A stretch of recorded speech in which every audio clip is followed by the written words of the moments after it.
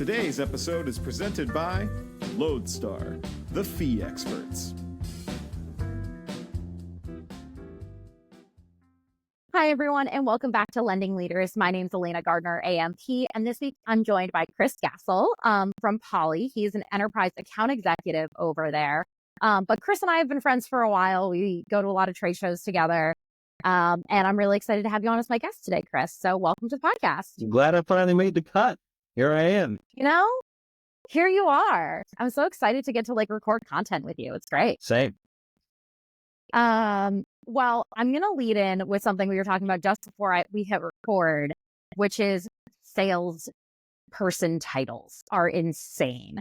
I think just about everyone has heard some crazy sales job title. So what was your worst one? And then I need to know your thoughts on sales titles. Yeah.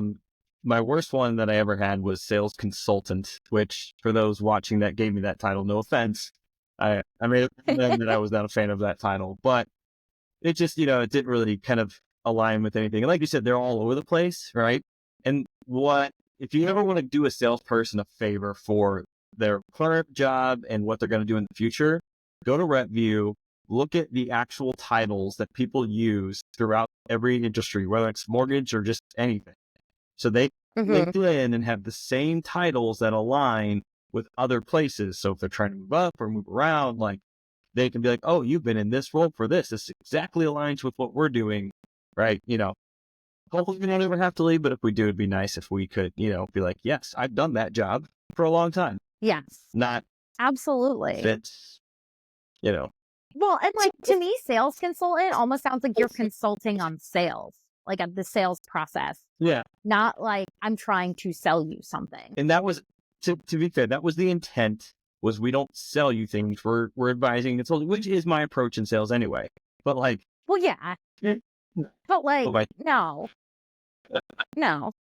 Awesome. Well, speaking of tech sales, you've been in tech sales, but you were also a mortgage loan officer, and before that, a real estate agent. What made you want to make the switch to tech?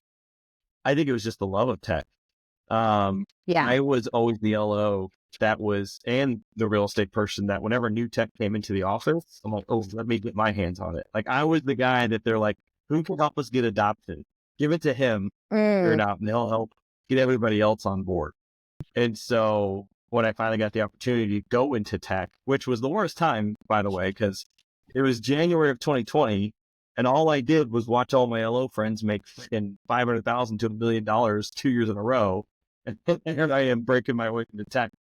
So making bad decisions there. It worked out in the end, but I definitely was a little envious of the lack of origination that I missed out on. Oh yeah, I feel like that's a tough time to make the jump.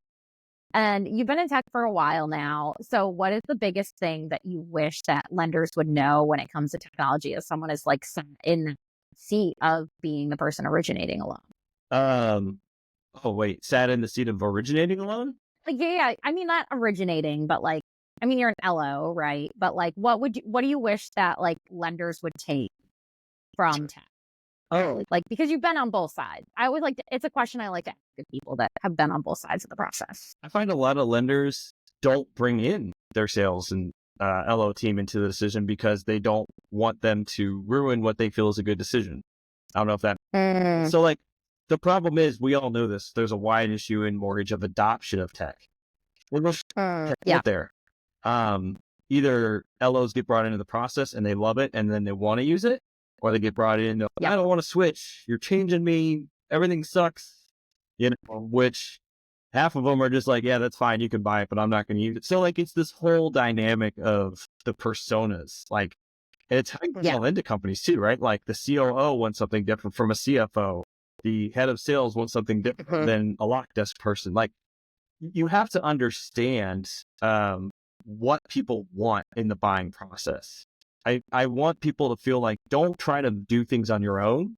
The head of business initiatives, strategic investments, whatever it is. I get it. You're the guy that's going to start it or gal that's going to start and run from there. Yes. You have to multi-thread. You have to bring in everybody, and don't do it at the last minute when no one knows what's going on. Do it early. I think the worst thing that can happen that, and this has happened to every tech vendor ever, is during the sales process, you're dealing with one group of people and then you go to onboarding and all of a sudden it's a whole new group of people on both sides, right? Because on the tech side, you do switch teams, right? You go from sales to internal operations and the customer support teams and all of that, right? The product experts.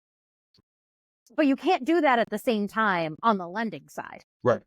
And I've had people where like, oh, by the way, this person's new. They just took this role and they're taking on this project. Like, what is this project? Okay. Let's back up a little bit here. Absolutely. And look, I get it. It's hard, but like that, to answer your question in the best way for me, know how to buy software. Yeah. I actually have made a video on it. Literally, I've made a video on a guiding process and tools of how to buy software. So if anybody wants it, I'll send it to you because it's meant for lenders or anybody buying. Yeah. But like, here are the steps to consider. Here's what you need to do. Yeah. And I think one of the best things I ever could have done for myself in a sales perspective is being sold to. Yeah. Right. Yeah. It's the best thing. If you're a salesperson right now, and if you get someone in your inbox being like, I want to sell you such and such, take the demo. One, give them the like little checkbox. Someone took a demo with them, right? But also, you learn so much in that interaction, right? As a salesperson, you learn how not to sell, how you like to be sold to. You sit on the other side of what you're doing every day. And I think that's so important because like, I think buying technology made me such a better technology salesperson. Oh my God. Yeah. The best process I ever went through was with Gong. The rep at Gong was so good. And I was sitting there like, oh, that's a good play. Okay. Yeah. Do that. Mm-hmm. Hey, I like what you're doing here. And so you can also learn from them. Like you can learn from other people. Like that's the beauty of sales and collaboration. Absolutely. And speaking of collaborations and having things in common, LodeStar's kind of we do a lot of memes at LodeStar. Yeah. And I will say I took a little bit from you with your Meme Monday because you did it first.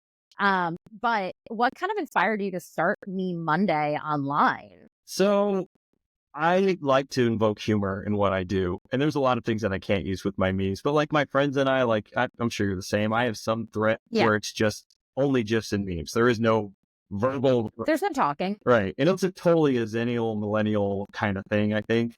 But I was like, people need to relate to something funny or like the messaging, like just typing up messages of like what we're trying to do and what we're trying to sell doesn't do much for me. Like I like the visual aspect of this is where my head's at. Oh, this meme portrays perfectly what I'm trying to get across. And it makes it funny.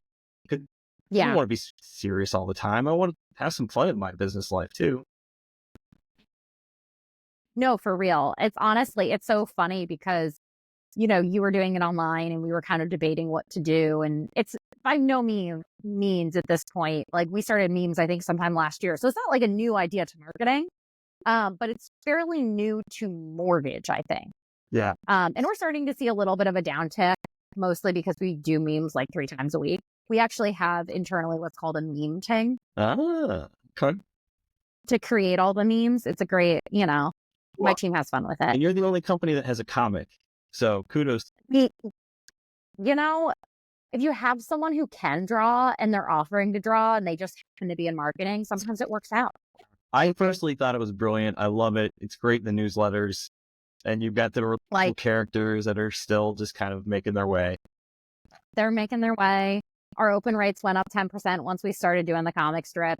It's a win all around. Absolutely. And to answer your point too, one of the things that made me think about doing it was I had a closer or an underwriter who only sent a meme depending on if your loan was approved or not. And, sometimes sometimes it was a bad meme. So, that's all he would send is a meme. And you had to. That's spectacular. Yeah. So he was my favorite underwriter. I had a really one of my favorite moments that happened is I was presenting for some Curans last year and everyone that went before me gave these very serious presentations, right? Like the well-structured, well thought out And I get up there and I'm like, well, guys, I have had this prepped. I'm going to apologize because there will be memes in this presentation. And I like flip to the first page and it's got a meme on there. And I made them all specific. Like one of the ones was like a laughing seal. And it's like, why do underwriters have such soft hair? Because they over condition it. See, I love a good dad joke too. So it landed so well, let me tell you. But there was a moment where I was like, ooh, is this going to go wrong for me? Yeah. Always incorporate memes in any presentation you do. Anybody listening, break it up. Top tier move. Yeah.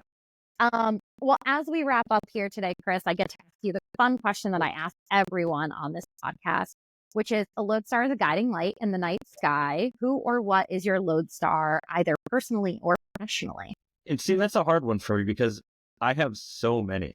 Like I really do. I have a lot of mentors at a lot of different companies that I talk to all the time. I also have people like you, to be honest. Like there are people that I look to for many different things: sales tactics, communication, marketing, just personal like connections too that help you really stay focused. Because look, the last 2 years, I feel like the clock just continues to get worse. Yeah. We all need those LodeStars, right? We all need all different facets to keep us grounded, keep us honest. And I'm lucky that I have such a vast network, and this mortgage is just a very wonderful industry of connections to where I never feel alone. And I always feel like I know who I can go to if I need help, whether that's what those reasons I've listed. So, there's too many names. There's too many names in it. Yeah. That's very fair.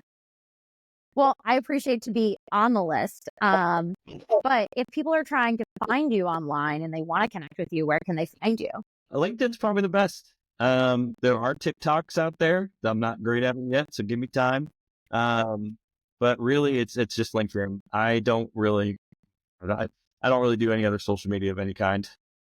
So no, that's fair. I also only really do LinkedIn. So I'm a LinkedIn influencer, as it were. Yes, you are. Yes, you are. You are as well. So you get to join me in that very cool club. I got to grow that list. I got to get higher on Brian B's list. So. Oh, that list haunts me at night. It's a compliment, Brian. It is. I want to be very clear about that in case that's the one moment you hear of this. Well, thank you so much, Chris, for joining me. And thank you all so much for listening. I hope to see you on the road. If you'll be there, I'll be at IMB at the end of the month. I don't know, Chris, if you'll be there as well, maybe? So right now, actually, New England Mortgage Bankers Expo next week, IMB, Housing Wire Economic Summit, TMC and I'll be at Housing Wire. Probably ICE Experience, and then obviously MBA Secondary. Yeah, I'll be at all of those shows as well. Except for, I don't think I'm going to New England Expo. We have our internal summit next week. But you can definitely see Chris and I at a lot of trade shows. Sometimes we're together, sometimes we're not. And yeah, so thank you all so much for listening, and we'll see you all next week. Bye.